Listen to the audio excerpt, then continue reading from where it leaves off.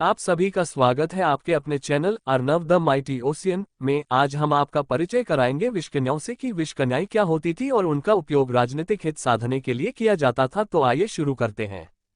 वैदिक साहित्य और लोक कथाओं और इतिहास के अनुसार विषकन्या उस स्त्री को कहा जाता है जिसे बचपन से ही थोड़ा थोड़ा विष देकर जहरीला बनाया जाता है। इन्हें विषैले वृक्ष और जीव जंतुओं के बीच रहने का अभ्यस्त बनाया जाता है। इसी के साथ ही स्त्रियोचित गुणों जैसे गायन, नृत्य और संगीत की शिक्षा भी जाती है। इन्हें सभी प्रकार की छल विद्याओं में माहिर बनाया जाता है ताकि राजाओं द्वारा इनका इस्तेमाल करके शत्रु राजा को छलपूर्वक मृत्यु के घाट उतारा जा सके। विषकन्या कई प्रकार से शत्रु राजाओं के शरीर में अपना विष पहुंचाने की अभ्यस्त होती है। जैसे विषकन्याओं का श्वास बहुत ही जहरीला होता है। यदि कोई उनका निश्वास अपने अंदर ग्रहण करे तो कुछ ही क्षणों में वह बीमार हो सकता है या उसकी मृत्यु हो सकती है। विषकन्याएं अपने मुख में विष रखकर भी चुंबन लेने के बहाने शत्रु के शरीर में विष पहुंचा सकती है। विषकन्या की ऐतिहासिक कहानी। इतिहास के अनुसार कौटिल्य शास्त्र के रचयिता चाणक्य के संदर्भ में कहा जाता है कि उन्होंने कई बार मौर्य साम्राज्य के संस्थापक चंद्रगुप्त मौर्य के प्राणों की रक्षा की, जिनमें से कुछ हमले विषकन्याओं का प्रयोग करके भी किए गए थे। उन्हीं में से एक प्रसंग इस प्रकार है। एक बार की बात है, नंद वंश के तत्कालीन सम्राट धनानंद के मंत्री ने एक षड्यंत्र किया। उसने छलपूर्वक विजय अभियान से लौटकर आए हुए चंद्रगुप्त मौर्य के स्वागत में एक विषकन्या को भेजा। किंतु विषकन्या जैसे ही चंद्रगुप्त के रथ के सामने आई, चाणक्य ने उसे रोक दिया और चंद्रगुप्त के साथी राजा प्रवर्तक से कहा कि इस रूपवती स्त्री को तुम स्वीकार करो। राजा प्रवर्तक ने विषकन्या को स्वीकार कर लिया।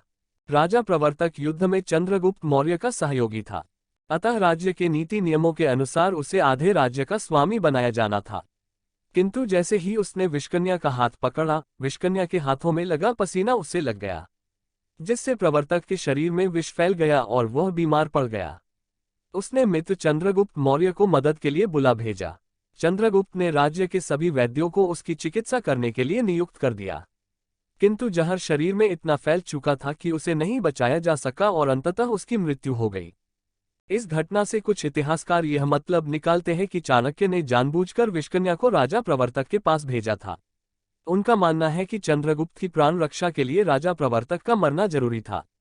राजनैतिक नियम के अनुसार जब किसी राज्य को दो राजाओं में आधा आधा बांटा जाता है तो एक न एक दिन उनमें आपस में युद्ध अवश्य होता है, किंतु यह महज एक अनुमान मात्र है। इस घटना के बाद चाणक्य ने चंद्रगुप्त को भविष्य में विषकन्या और विष के प्रभाव से बचाने के लिए भोजन के साथ अल्प मात्रा में जहर देना शुरू कर दिया तथा दिन प्रतिदिन उसके आहार में विष की मात्रा बढ़ाते रहने की व्यवस्था की, ताकि चंद्रगुप्त भविष्य में जाने अनजाने में भी किसी विषकन्या के संपर्क में आए तो उससे सुरक्षित रह सके। इस प्रकार चंद्रगुप्त विष के प्रभाव से पूर्णतः सुरक्षित था। एक दिन की बात है, जब सम्राट चंद्रगुप्त भोजन कर रहे थे, तभी वहां उनकी गर्भवती महारानी का आगमन हुआ। महाराज को भोजन करते देख महारानी की भी इच्छा हुई कि महाराज के साथ भोजन करे। अपनी इच्छा के अनुरूप महारानी ने चंद्रगुप्त की थाली में से भोजन का एक कौर उठाकर खा लिया। भोजन में मिले हुए विष के प्रभाव से महारानी कुछ ही क्षणों में मूर्छित हो गई। राजा चंद्रगुप्त ने राजवैद्यों को बुलाया और महारानी के अचानक मूर्छित होने की बात बताई, किंतु कोई भी महारानी के मूर्छित होने का वास्तविक कारण नहीं जानता था। तभी यह बात चाणक्य को पता चली। उन्हें पता था कि रानी मूर्छित क्यों हुई। उन्होंने तुरंत शल्य चिकित्सकों को बुलाकर रानी के गर्भ में स्थित बालक को निकलवा लिया। बालक तो बच गया, लेकिन महारानी की मृत्यु हो गई। महारानी के विषैला भोजन करने से बालक पर कोई खास असर नहीं हुआ, लेकिन उसके ललाट पर एक नीला निशान बन गया था। माथे पर उभरे नीले निशान के कारण ही चंद्रगुप्त ने उसका नाम बिंदुसार रख दिया। आगे चलकर यही बिंदुसार राज्य विस्तार और जैन धर्म के प्रचार के लिए प्रसिद्ध हुआ।